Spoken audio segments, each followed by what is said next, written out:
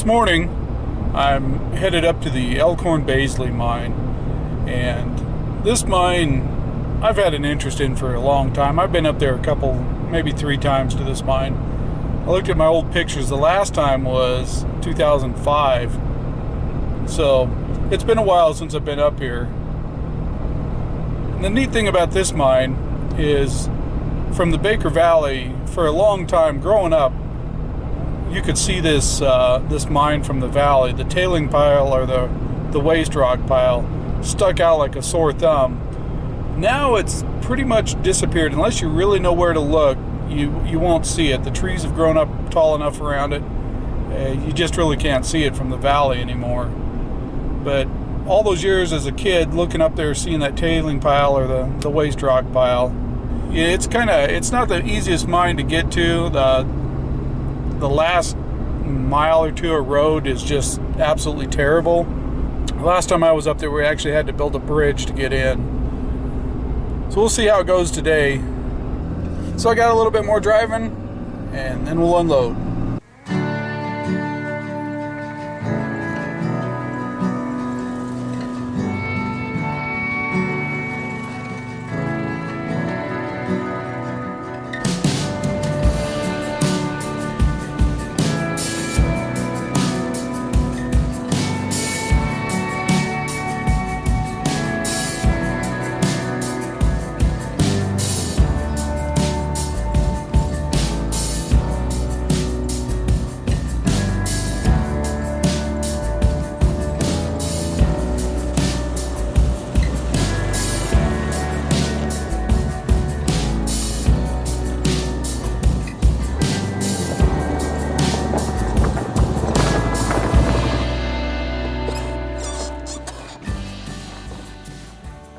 I just arrived at the Elkhorn Baisley. This is the middle Baisley mine.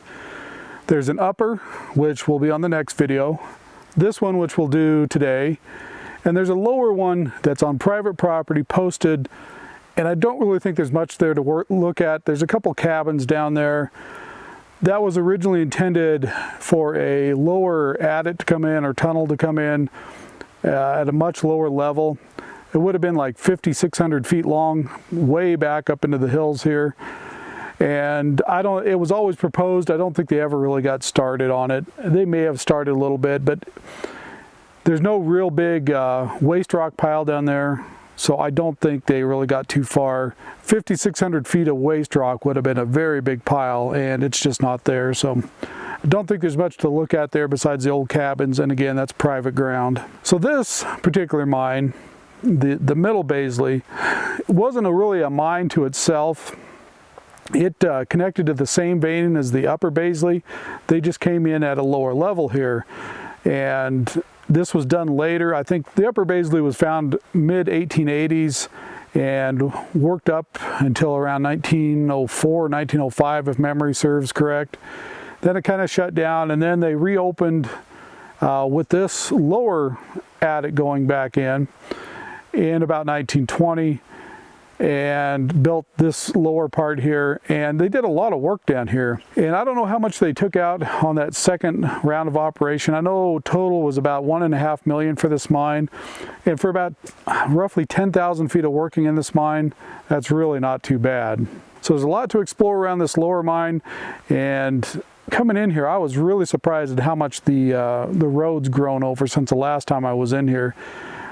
The last time we really made an adventure in here was 2005. I think we've come in here once, but we didn't really adventure around the mine. But the road is just really grown up. Kind of hate to see this road disappearing like it is, but well, what can you do? You used to be able to go back in here a little further on four-wheelers. I think the road's overgrown and it's washed out right around the corner here. I brought a saw with me to cut it out, but honestly I think it's probably easier just to hike in there and see what we need to look at. It's a couple miles back into the last part of this. It's not really part of the same mine, but it's still pretty interesting. I hope it's still standing. In 2005 it was. I mean, what, 13 years later, it should still be standing, right? Well, let's go adventure around. I hope the mill equipment's still down here. Looks like somebody's old claim marker. Now this is on BLM ground, and how the BLM wind up with so much tempered ground up in here is beyond me. Most time you think of BLM and it's sagebrush. But this whole road going through here and what we're standing on is all waste rock. And this adit they put in went in, I believe, 2,200 feet. A little over 2,200 feet. And if you look really close down through there, you'll see an ore bin. So let's try and hike down there too without falling off the hillside.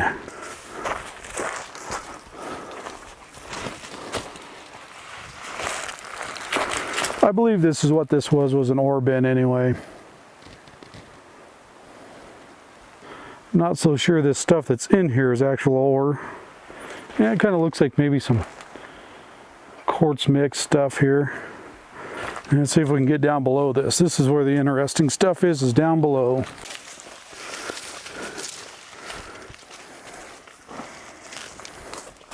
Well, this has sure grown up since the last time I was in here. So, see the hole they would have had right there. That probably would have fed ore down in. And here would have been their first stage crusher, this big cone crusher. I mean, it's relatively big. I mean, for hauling it up here with horses and mules, it was pretty big. It really should be in a museum. One of these days, that's going to collapse and cover all this up. And I've never found any pictures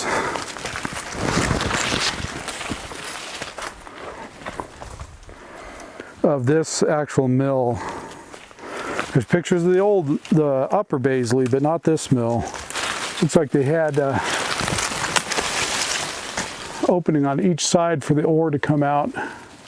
Look at how thick that cement wall was. That's a good 8-10 inches thick of concrete.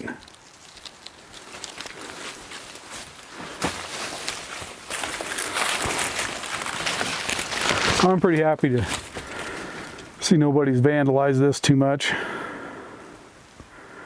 I said last time, I don't think all this timber fell down in here. Really not much holding that up.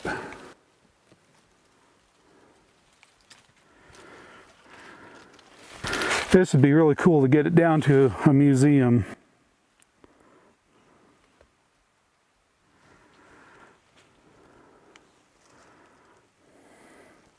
See if I can get the camera up in there.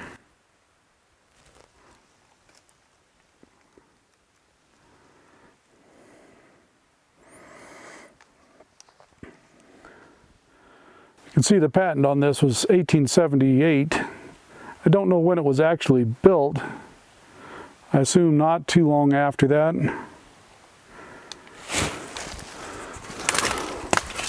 But the ore would have come down in here, and this thing, it's kind of orbited and crushed the ore as it come down into a smaller size. And I imagine it went into a stamp mill after this. This would have been the first stage crushing. Sometimes they use the jaw crushers. In this mine, they use this thing. And this may have been brought down from the upper mine. I don't know. Because I think when they come back in the 20s, they shut down, you know, the upper mine really wasn't in operation. They just come in and operated from the lower level.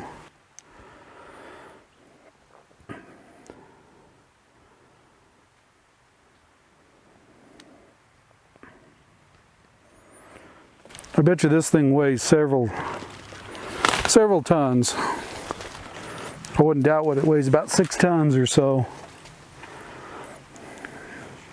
Heavy built. So that rust color you see coming down the concrete, that's leaching out of the ore that's up above here. Now, from here on down, my memory's a little more vague of what's down here. As you can see, definitely a lot more concrete down here. And this most likely would have been where the stamp mill part of it was. You can see how thick this timber is in here. One of these days we're going to get a fire in here and this is all going to be burned up. This really needs thinned really bad in here. You can see the next level down there of the mill. Fairly decent sized mill. Kind of hard to tell the depth of it through all these trees, but and I don't know what year this mill was either burnt down or fell down. And I'm not sure if this mine, the upper or this middle part, ever had electricity brought to it. I mean, definitely by 1920 electricity was available in the area. I just don't know if they ran it up here to this mine. I looked through every old picture I could find and every old map and couldn't find any indication that there was ever power lines up in here. And until the concrete, what they used for a mix was just waste rock. Most of that's argillite mixed in the concrete there. See a little bit of granodiorite mixed in there too. So they just used their waste rock to build this.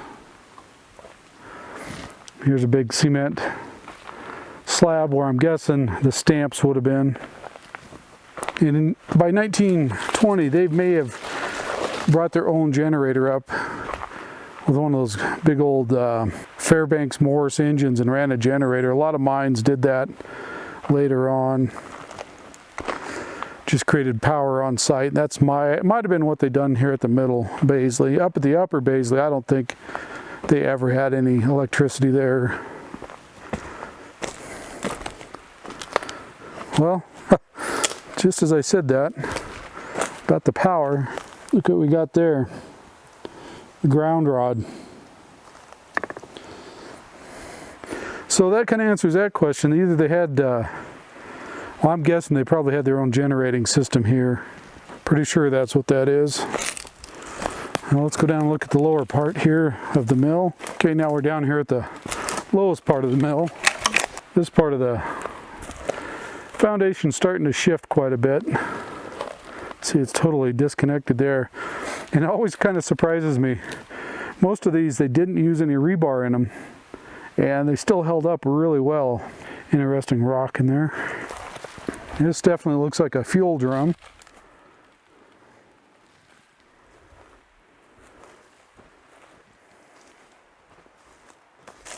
Can't quite make out what that is. So as you can see, that wall has shifted quite a bit from the size of the trees that have grown up in here. It's been quite a while since there was a structure over this. Looks like that tree is pretty well holding that wall up. Well, those two trees anyway.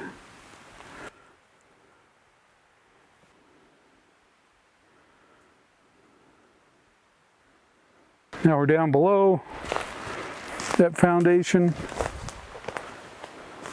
So that's a big tree. I think it's probably 30 inches across the butt there. And so it's been a while since there's been a building there. Now here, we found this last time, and we were trying to figure out what in the world this thing was. Obviously took a lot of work to build.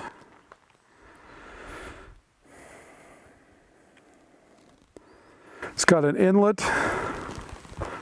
right over there, about a 6-inch pipe coming in, and a 6-inch out pipe.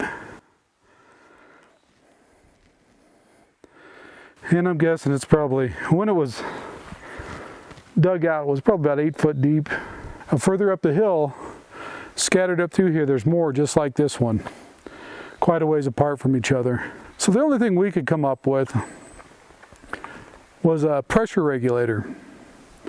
Come in here, because this pipe, we followed it one time. It goes way up on this mountainside. It's probably got a good 1,000-foot drop to here. And along the way, there's these pits. And the only thing we could think of is to keep the pressure down, they'd run it into these pits and it'd release the pressure, then it would continue on down the hill.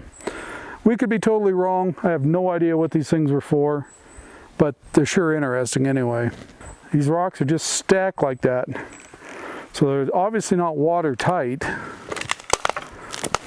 And I don't know, maybe that pipe connected to something that sat in this thing. No idea what this was for. So on my way back, I thought I'd share a little story. This really isn't showing up real well on camera, but right where my foot is, there's a pretty good divot in the road.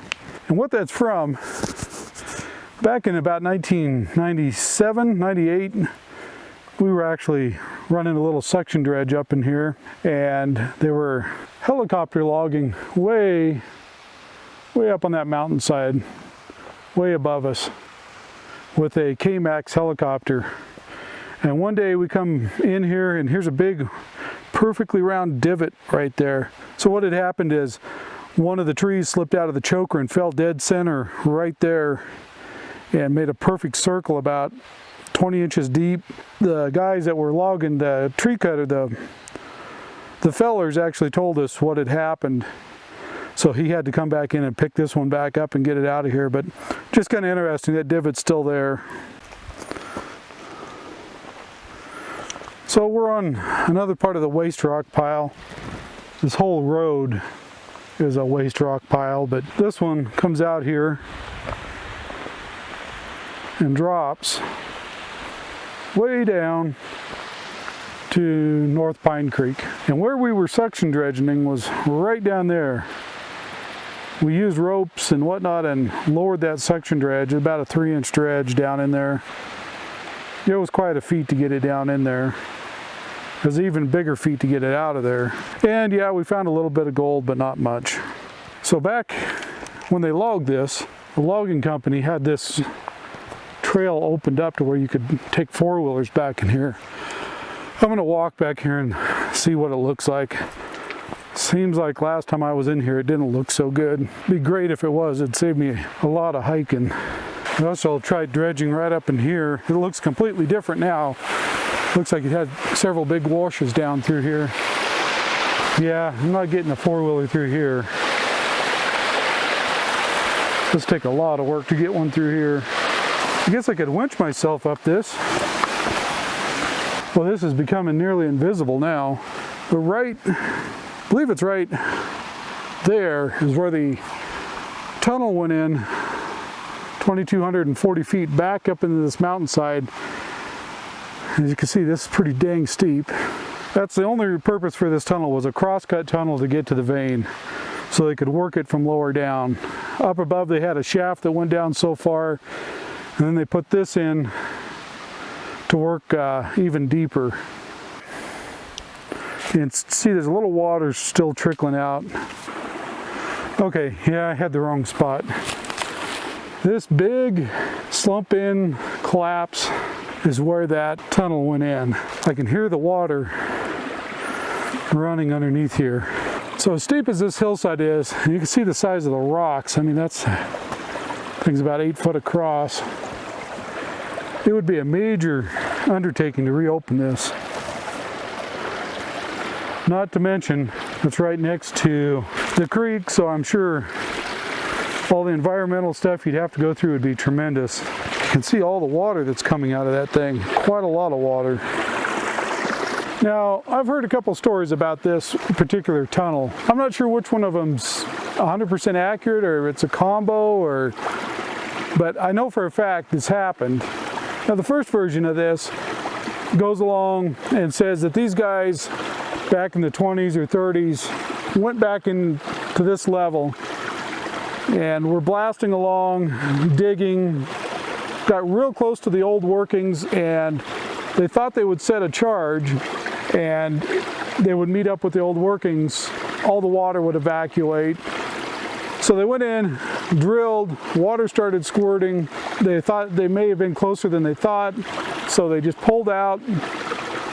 And then, like in the 1950s or 60s, it finally let go, and all those millions of gallons of water come rushing down through here and washed out a couple of the bridges down here low on Pine Creek. Like midsummer, all of a sudden they had a flash flood from this mine. That's one version of it. The other version along the same lines is they went in there and blasted that last blast, but nothing happened. But water was shooting out of the seams, and then later it collapsed or fell open and all the water came out. And I've heard a third version recently that this actually became plugged up somewhere, you know, after they shut the mine down, and all that water backed up for a long time, and then finally it let loose and the plug come out and blew out across this little draw and washed everything out down canyon from here. I don't know which one's exactly accurate. I can't really pinpoint a newspaper article or anything to go back to, but I know several local people have said, yeah, those bridges washed out because of this mine. So whatever happened, it came from this tunnel here. So I'm trying out this, what is this thing? A Sony action cam. It shoots in 4K, but I'm only doing 1080p because if I shot in 4K, it'd take me 3 days to upload it to YouTube. So I'll just give this thing a try. Some of the footage on the way in was shot with this. Haven't really played around with it much. Got it a couple weeks ago off of eBay. We'll see how it works for hiking.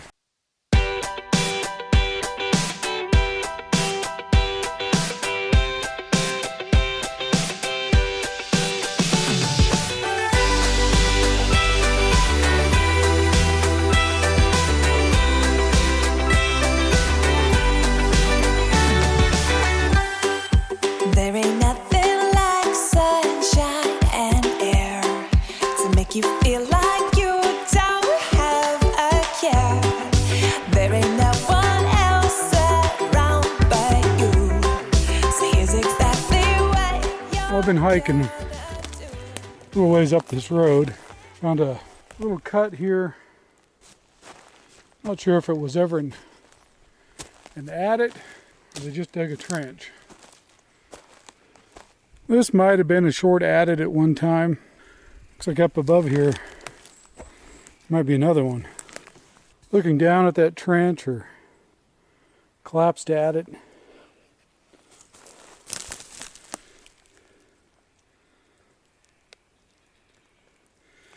That is part of an ore cart right there. You can see the framework.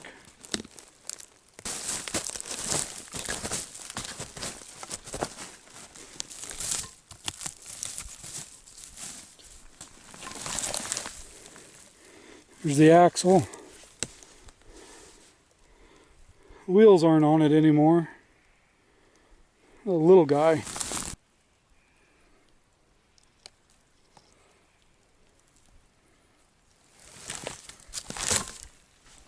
I'm assuming the ore cart came from up there. There's a little bit bigger tailing pile that way.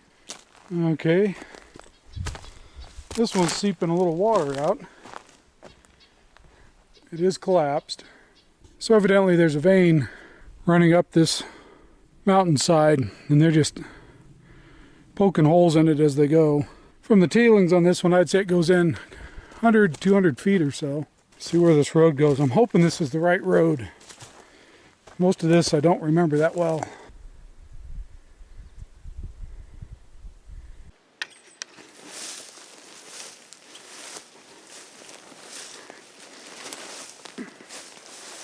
Now this actually surprises me quite a bit to see this is still standing. Surprises me even more how much that road's grown up. Because I know we brought four-wheelers to about right here last time. And without some serious cutting, there's no way you'd get a four-wheeler in here. So here's some old pictures. Last time we were in here, myself and two of my buddies, one of them was my mining partner. We came in here in 2005 and saw this and didn't think it would be standing for much longer. And here it is, still standing. At least to some degree. It's a jaunt to get back up in here. And somewhere above me here, I can see the picture on Google Earth of a tailing pile or a waste rock pile up there. I'm looking at the time. I don't know if I'm going to have time to jaunt up there today because I really want to get up to the upper Baisley and get that filmed too, and that's going to require quite a bit of hiking. So let's take a look at this. It is in a little worse shape than last time.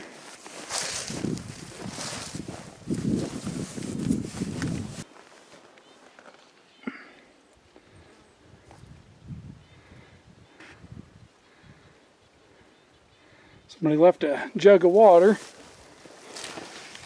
I guess if it holds 12 feet of snow on it, it's gonna stay while I crawl in it.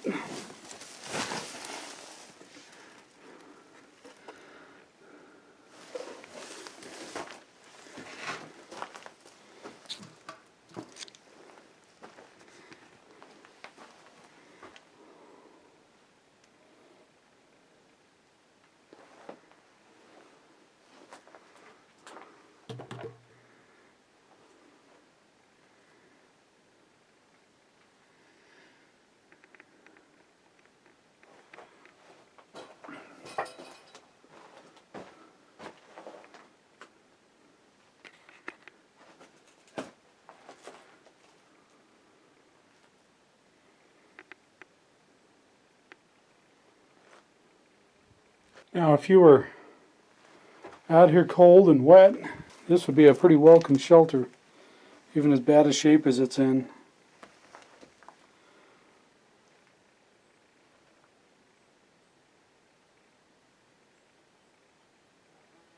Looks like somebody tried to, one time, line it with some Tyvek material.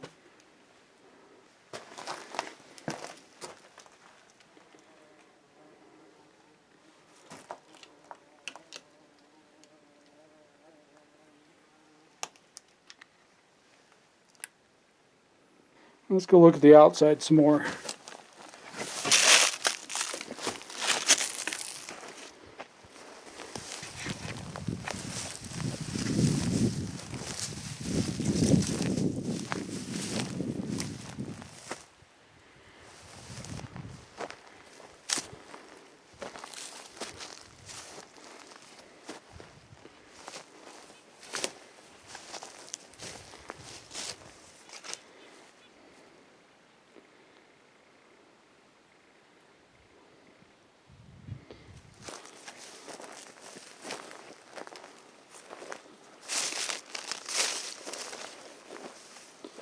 So here's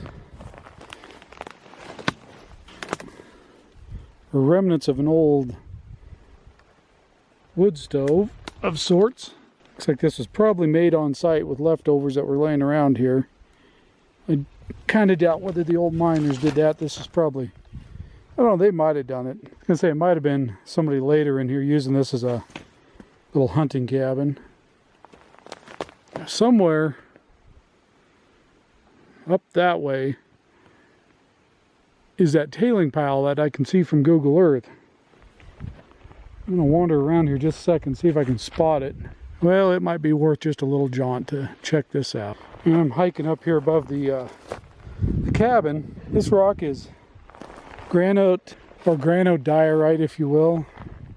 It's a proper name for it. This whole hillside is just covered in it. And like many mines here in the Elkhorn Mountains, what they were looking for is the contact between this granite intrusion and the country rock. In this case, most of it was argillite. Well, I've been wandering up through here trying to see if I can spot where this goes from granite to argillite or whatever the other country rock is up here. Hadn't spotted any yet. Was just about to give up. And I think right up there is what I'm after. Looks like a pretty good sized tailing pile. On Google Earth, this looks like pretty flat. Even, you know, on Google Earth you can kind of tell what the terrain looks like.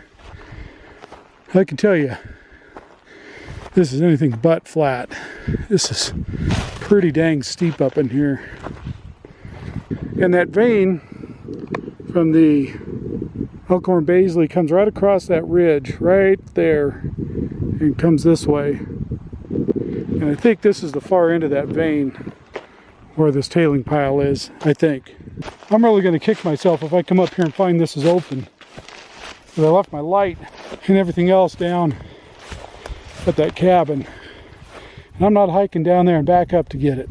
I do hear water trickling out. Now, it looked like from Google Earth that this was collapsed. There, you couldn't see a little black hole here where this was open.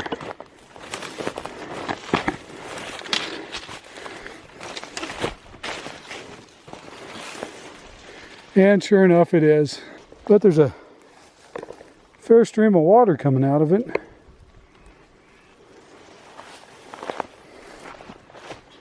Well, this was worth the trip just to see this.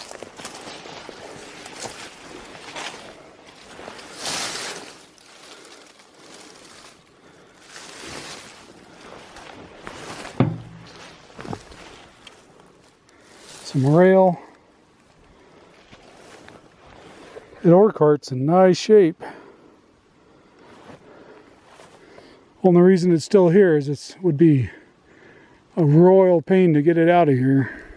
So you can see out here on the tailing pile, there's granite all the way up here. The only thing I saw was granite. And I noticed most of this tailing pile is argillite. So they must have dug in right on a seam where these contact zone where they met. So here's what the bottom looked like.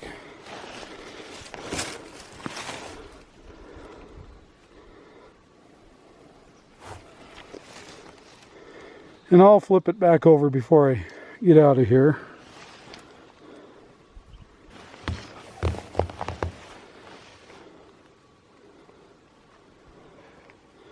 It's an old one. And I think the frame, the wood frame might still be down in there and the wheels might be buried. But I'm not that ambitious. And how they got this thing up in here is beyond me. It's a fairly decent sized cart too. I think it's time to hike back down and get my backpack and get out of here. Well, that's going to about wrap it up for this one. I'm glad I took that little extra hike up there and discovered that new little mine up there. Well, it's new to me anyway. And the ore cart, and anyway, glad to see this cabin still standing too. So thank you guys for watching, subscribing. Remember to click that little bell down there. It'll let you know when we got a new video coming out, and taking the time to watch these videos.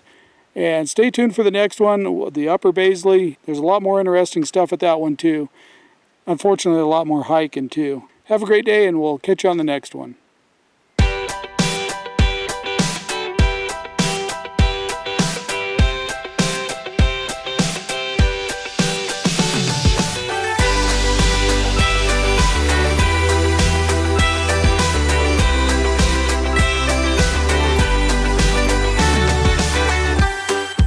There ain't nothing like sunshine and air to make you feel like you don't have a care. There ain't no one else around but you. So here's exactly what you're gonna do. Take your hands and dig deep into your soul. Let yourself lose control.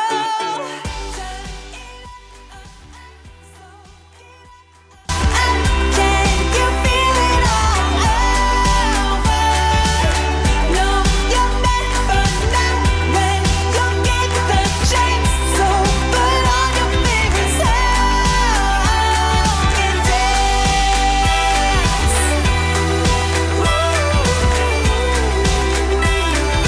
Yeah.